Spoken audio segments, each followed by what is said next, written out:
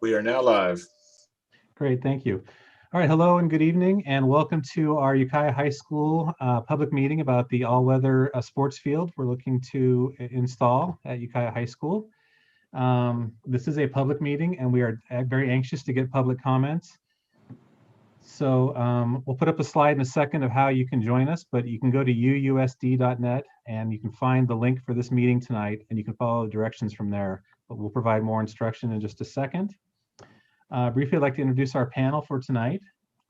From Ukiah Unified School District, we have Deb Cuban, the superintendent for the district, and Gabriel Sherman, our director of maintenance, operations, and transportation, and myself, I am the chief business official. And then also we have some guests, Tanea Dale, our construction manager from Counterpoint Construction Services, Chris Meyer and Brian Bacciarini from GHD, they are our CEQA consultants, and Mark Baginski from Verde Design, our landscape architect. And so thank you for joining us. And Gabe, at this point, actually Deb, why don't you go ahead and kick us off? Great. Well, thank you so much. And I'm really excited about this project. And I just wanted to take a moment to thank our community for their support of Measure A. And this is one of the many projects that we are undertaking. And we're really excited to be able to give this to our community. As you all know, they're being in a small town. I grew up in Mendocino County in a small town, and I know how important extracurricular activities are for our students. And Ukiah has a great approach to supporting kids, including athletics and music and all of the other space programs and performing arts. So I'm just really excited about this project, and I want to thank our neighbors who live around Ukiah High School for all that they do to support our school and our school district. Great, all right, thank you. And Gabe, if you want to go ahead and share your screen.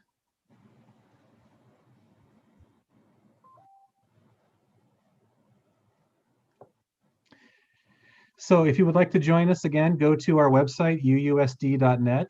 Under top stories, you will see a link that says community meeting, Ukiah High School's new all-weather soccer and sports field. And then from there, you will click here to ask a question or make a public comment. And once you complete the form and follow the directions, you will be invited to join our meeting when we're ready. And we can also take questions in Spanish. We have Marta Restrepo here from our district office as well, who can help translate if need be. And Marta, thank you for being here tonight. So with that, Gabe, why don't you go ahead and go a couple slides forward? That's the group of us. Okay.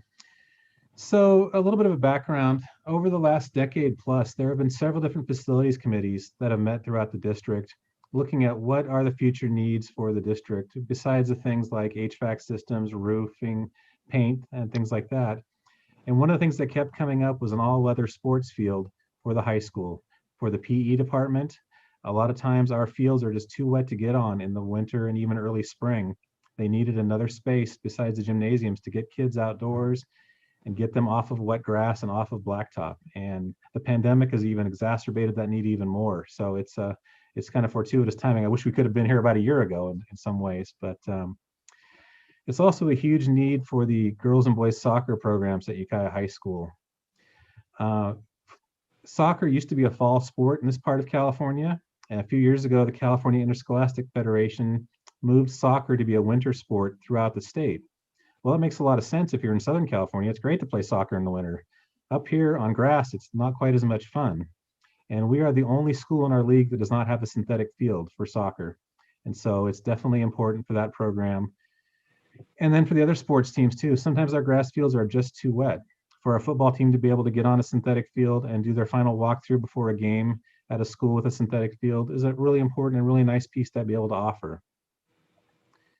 Soccer has long been a part of the community in Ukiah, going back for decades. Soccer's always been here, but it's never really had a place to call home. And another nice thing about this project is it will actually finally give the soccer community that. One of the selling points of Measure A back in March of 2020 for the community was the development of this resource. And super excited, as Deb mentioned, that the measure did pass, and now we have bond funds to be able to take this project on. Go ahead, Gabe. So with the passage of Measure A back in March, the board directed us to start moving forward on developing the plans. We hired a landscape architect, Verde Design Consulting, and you're going to hear from Mark in just a couple minutes. And we shared preliminary plans for the complex with the board in November. Another key piece of this is the California Environmental Quality Act, or CEQA process. And we hired a consultant from that, and we're going to hear from them in just a second. So for tonight's meeting, why are we here? We know the Ukiah High School PE department and the athletic programs and the entire soccer community are strongly, passionately behind this project. I'm sure we could get 5 hours of phone calls tonight talking about how important this project is and how wonderful it is. But we've already kind of made the decision to go down this path. That's not really why we're here tonight. Tonight's meeting is not required in the process, but we really wanted to go ahead and get in front of the public, let you know about the project and the potential impacts to the environment. We want to hear from you tonight or in the future about the project. We want to know what your concerns are, what your questions are, so that we can help you understand the project and what we're doing. So again, it's really important if you can call in tonight with questions or comments, please do so. So with that, again, to join us, if you go to our website, uusd.net, under top stories, click on community meeting, Ukiah High School's new all-weather soccer and sports field, and then click on click here to ask a question or make a public comment. Get that form filled out, and Ian from our tech department will make sure we know about that you're there, and we will get you in to make a comment to all of us. So with that, I'm going to go ahead and turn it over. I think I kind of lost my place here. So with that, I'm going to go ahead and turn it over to Chris with our CEQA folks, GHD, to give us an update. So Chris and Brian, please take it away. All right, thank you.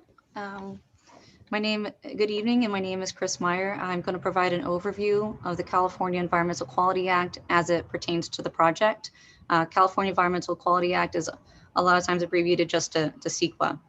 And the Environmental Quality Act provides a overarching set of requirements for environmental analysis of proposed projects. CEQA is focused on environmental impacts. It requires public agency to consider their environmental consequences of their actions before they approve a project. CEQA requires the preparation of informative documents, and those documents are intended to inform both decision makers and the public about potential environmental effects and ways to identify how you can avoid or reduce those potential environmental effects through the adoption of alternatives or mitigation measures. Next slide. Now, the specific document that's being prepared for the project is called an initial study. An initial study is a preliminary analysis to determine the potential environmental consequences of a project. And an initial study contains the following components. It provides a description of the project and the environmental setting in which it would occur, and identification of environmental effects for 21 different environmental topics. And those topics range from aesthetics, so light and glare concerns, noise, such as construction and operation noise, hydrology, biology, etc. The initial study also identifies ways to mitigate any significant effects that are identified with the goal of reducing those impacts to a level of less than significant. Now, the CEQA timeline, there is stakeholder and public outreach, which is ongoing. Once the initial study is prepared, it will be released to the public for a 30-day public review period during which anybody can review it and provide comment about the environmental impact analysis and about the document itself to the district. The initial study is anticipated to be released for public review in July of this year. After that public review period, the district will gather all the comments received, take those into consideration, and then the document and the project goes before the board at a public hearing for either approval or disapproval of the project. And that's tentatively scheduled for September of this year. And with that, I'll hand it back over. Great, thank you, Chris. Appreciate the overview. So with that, I'm going to go ahead and turn it over to Mark Baginski with Verde Design, our landscape architects, to kind of walk us through some of the specifics of the project. And Mark, take it away. Good evening, Wildcat community. Nice to be here. So the project that we're focusing on is really broken into three components here on the map on to the right. The first is the northern field, which is actually the all-weather synthetic turf field. There is the stadium light replacement at the existing stadium. We're looking to replace the existing lights with more efficient, less glary LED lights. And then finally, there's ADA improvements along the back of the stadium that leads up to the soccer field, and it will also serve the stadium and includes emergency egress lighting as well. The Northfield project is a great little contained project that is a synthetic turf field that's oriented for varsity boys and girls on the east-west axis. It's the yellow lines for the soccer field in this diagram. Additionally, we have some purple lines which represent youth-size fields running in the north-south direction. The facility is framed by a perimeter fence to control access for events. It also has sports field lighting, a scoreboard, and a PA system. The field has seating arrangements for both the youth on the east and west ends, the number 4s on the plan, as well as 5-row bleachers, the number 5 at the center bottom of our slide for the varsity full field games. The small green area in the lower left represents the practice, a warm-up area for teams waiting to play during maybe youth sports events and items here. And then finally, on the top of the screen, we have where the number 1 is located. We have a scorer's table and spaces located for teams on that side. Here's a perspective view of the field looking to the northwest. Again, it gives you a little bit better perspective of how the field will look in actuality. We have a 6-foot fence running around the perimeter. Behind the goal areas of the varsity field, we have a taller netting or fencing system that's designed to help keep balls within the area and limit the chasing that is sometimes required. You see the scoreboard in the kind of top, the purple scoreboard. And then along the upper right-hand side, you can see the team benches and scorer's table. A little bit more detail of the field. This looking a little bit more east. You see the stadium in the behind and on the right. But again, the fencing going around the field with taller fencing to help contain some of the ball. Another view looking north as you arrive. Here's a proposed future ticket concession building that would allow patrons to arrive at a control point and then move forward into the seating areas directly in front of you. For the football stadium, we talked briefly a minute ago about the replacement of the existing sports field lighting fixtures to LED fixtures. And this also includes the addition of emergency egress lighting, which is required by code. The American Disability Act improvement items are really related to the pathway that connects the accessible parking at the front of the school and carries patrons all the way up to the soccer field. And it runs right adjacent to the stadium as well. One of the things that we've been working on in partnership with the CEQA consultants is looking at the effects of the new LED lights, which are much different from the lights that exist at the stadium now. They're far more efficient in cutting off light and glare to the surrounding areas than the existing lights you currently have. And so we've been working on some light modeling, which is a very using IES files and other industry standard type details to give you a perspective of what these will look like. And so next slide. So an aerial of each of the fields, this is designed to basically show the level of light that will be on the field and the areas around it. So you can see that it's very, very cut off. It doesn't spill very much beyond the field. Next slide. Just a more close-up view of the soccer field. Again, you can see that we have enough light to play competitively on the field. You have areas of light for the spectators and for the warm-up area to get you out. There will also be additional pedestrian lights that lead down the parking lot as part of the emergency egress lighting. Here's a view looking from the Tokay residence, and this was an actual photograph we took out there. And then if you go to the next slide, this is what it looks like when the soccer field is lit. And I know it seems unrealistic in a way, but these new LED lights really provide this thin sliver of light that's visible on the pole from afar, but it provides this tremendous downward light that focuses on the field. Here's a view from Despina. Lights, there's no lights in this image, and then we move forward and you can see the soccer field improvements in the background, and it really doesn't appear as if there's much light spilling from the project, but the field will be lit, fully lit. And then Despina near the stadium, here are the existing stadium lights. And you can see on the left the glare of the existing lights. And then when we move forward, these lights are, instead of multiple rows, they're a single row, and they are very thin and do not produce a lot of that same visual glare. So the implementation schedule for this project is, the first thing is we need to submit plans to the Department of the State Architect Office. They're the governing agency for school projects in the state. We've had preliminary meetings, and we'll be making submissions to them here later this spring with the goal of reaching final approval sometime in the fall.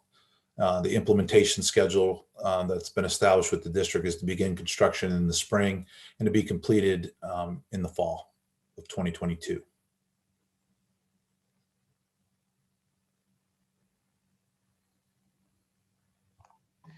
Okay, thank you, Mark. So with that's kind of our presentation. We really just want to give you a brief overview of the project. And I can speak from experience, having done a similar project in Healdsburg. The new LED lighting is really remarkable. It's like the images we showed you there that don't quite seem believable until you actually see it in person. It really is a huge difference in terms of the quality of light that the field gets is so much better, and yet the bleed over into the surrounding area is almost non-existent. It's really remarkable. And the fact that they're much cheaper to operate is a nice benefit as well. So yeah, so with that, Ian, do we have any public comments? We still do not have any public comments at this time. Okay, we did send letters out to all the neighbors around the high school, and I have not received any phone calls or emails from those letters. I know we've advertised through social media. I think it was in the newspaper as well, and maybe even radio. So we tried really hard to get feedback from the community. So if anyone's out there and would like to comment, please go to our website and jump on, and we will certainly hang out for a few minutes. I'm not sure what kind of song and dance we can come up with here while we're waiting, but Steve, if I could jump in and just say one thing please. to the public, anyone who is watching this after the fact on YouTube, this does not end our public comment. And so we do have some information on the slides for outreach. At any time in this process, we really encourage you to reach out to UUSD with questions, concerns, or comments. It's important to us that you, our neighborhood, and our community stakeholders are taking care of this project, and that the project is really a benefit to everyone in the community. Yeah, like I said at the beginning, we know the community is excited about this. We know this has been a long time coming for the soccer folks and for the PE department at the high school. Just this extra educational space, a chance to get kids outside instead of being in a classroom, get them out in fresh air and give them room to spread out. Again, I wish we had this now. It would make a big difference when we come back in a couple of weeks, but we'll get it done as quickly as we can. So, but no, a very exciting project. We've had many meetings with the high school staff, with the athletic program coaches, talking about what it is they need in terms of the specifics of the complex itself. And again, that wasn't really the purpose of tonight's meeting, but we've had lots of conversations. We have a few more to go. to really make sure we get this right. It is a significant expenditure for the district from the bond funds, one that we're certainly excited about, as we've said, but we want to make sure we do it as best as we can as well. And so we're fortunate to have such great folks like Mark working with us. Mark has done a ton of these fields all over Northern California. It really makes a big difference, his expertise and his experience. As with Tanea has done a lot of these fields all over Sonoma County, I think Marin County as well, and maybe even another one or two up here in Mendocino County. So really strong team working on this along with the high school folks. So we're definitely excited. Chris or Brian, is there anything you want to add to about the environmental process? Not to put you on the spot, sorry, but trying to fill airtime here. I'm thinking. I'm gonna throw up our last two slides, which is again some of the contact information. Then we have a final slide just on our ongoing outreach for the community. And Steve, just as a reminder for the community, and Gabe said it, but if you don't want to call in today, that's fine. You can contact Gabe Sherman, and his email address was posted there. So anyway, we really appreciate this opportunity, and we want to hear from you. So if you have anything there, you can see Gabe Sherman, his email address and telephone number is there. So call anytime, and we'd love to hear from you. And this presentation will be available on our YouTube channel, and we will also have a link to it from our website. And we will keep our website updated as we move forward in the project. We'll keep adding more documentation to that, so you can always find out what's going on with the project. And again, you can contact us anytime. But this just seemed like a really good point for us to try to check in and reach out to everyone about the project.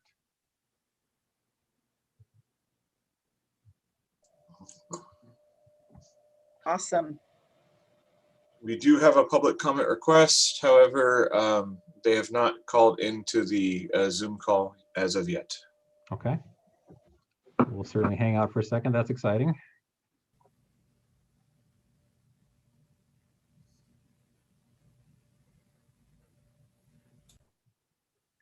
Hold music. So Mark, go ahead, Gabe. I'm gonna say we need some elevator music. No. So I'll put Mark on the spot now for a second. Mark, have you seen a more picturesque spot for a field than the one we're looking at the high school? You know, the nice thing about California is there's picturesque views, you know, all around us. And every time I get to go out to different sites, I'm always kind of impressed. Like the quality of our life here in California is pretty good when you start looking at the school sites and where they're located. So yeah, you guys got a good one. That was a very politically correct answer.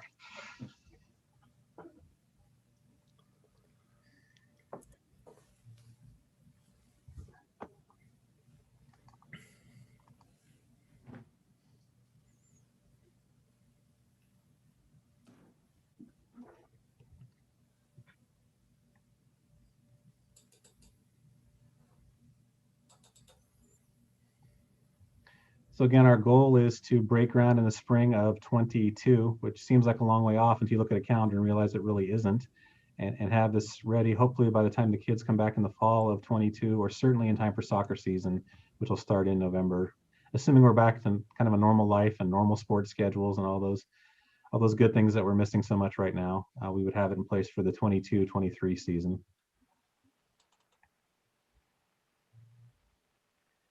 And again, the nice thing about the field too is that while varsity is going to play running east-west and just have one game going, you know, under 12, under 13 kids, we can have two games going on simultaneously, running north-south on the fields. And knowing soccer coaches for the smaller kids, we can have 3, 4, 5 games going on at once out there. Soccer coaches with a few cones and a few pop-up nets are pretty amazing what they can get out of some space. So it will definitely be a great resource for the community as well as the high school. Ian, any luck getting the public comment person calling in?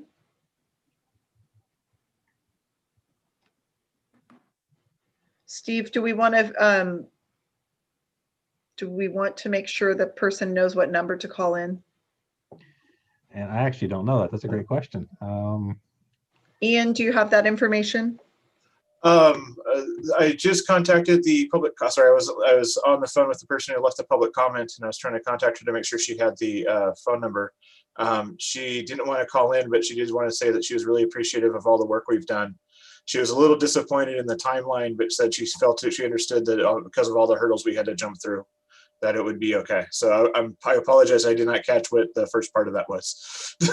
No, you did great. That's great.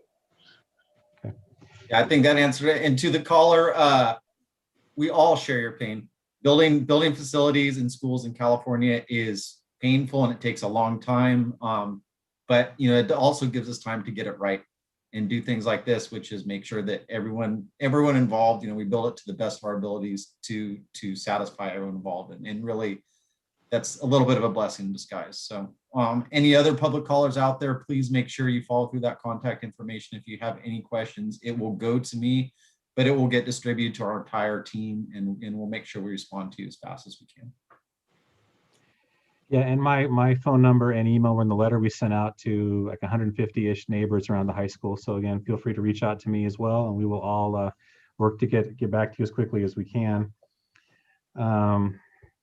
Yeah, so I'd like to give it till 6 o'clock, I guess, and if no one comes in, we'll go and call it a night. But again, we're trying to be as available as possible, and lots of ways to reach us. Again, through social media, through email, phone calls.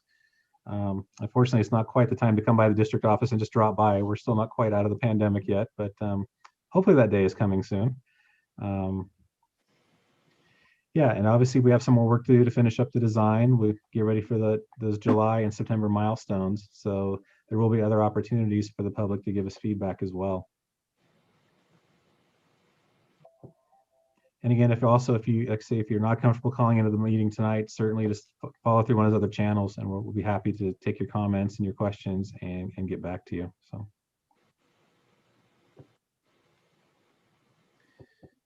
All right. Well, does anybody have anything else they'd like to share with the public before we say good evening? Oh, thank you, Marta. This reminded me too. If anyone wants to has comments in Spanish, we have people here who can certainly help with that as well. So please don't let that ever be an impediment.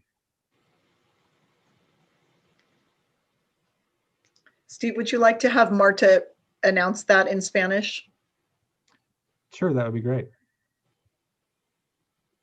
Marta, can we see you? I didn't want to, but here I am.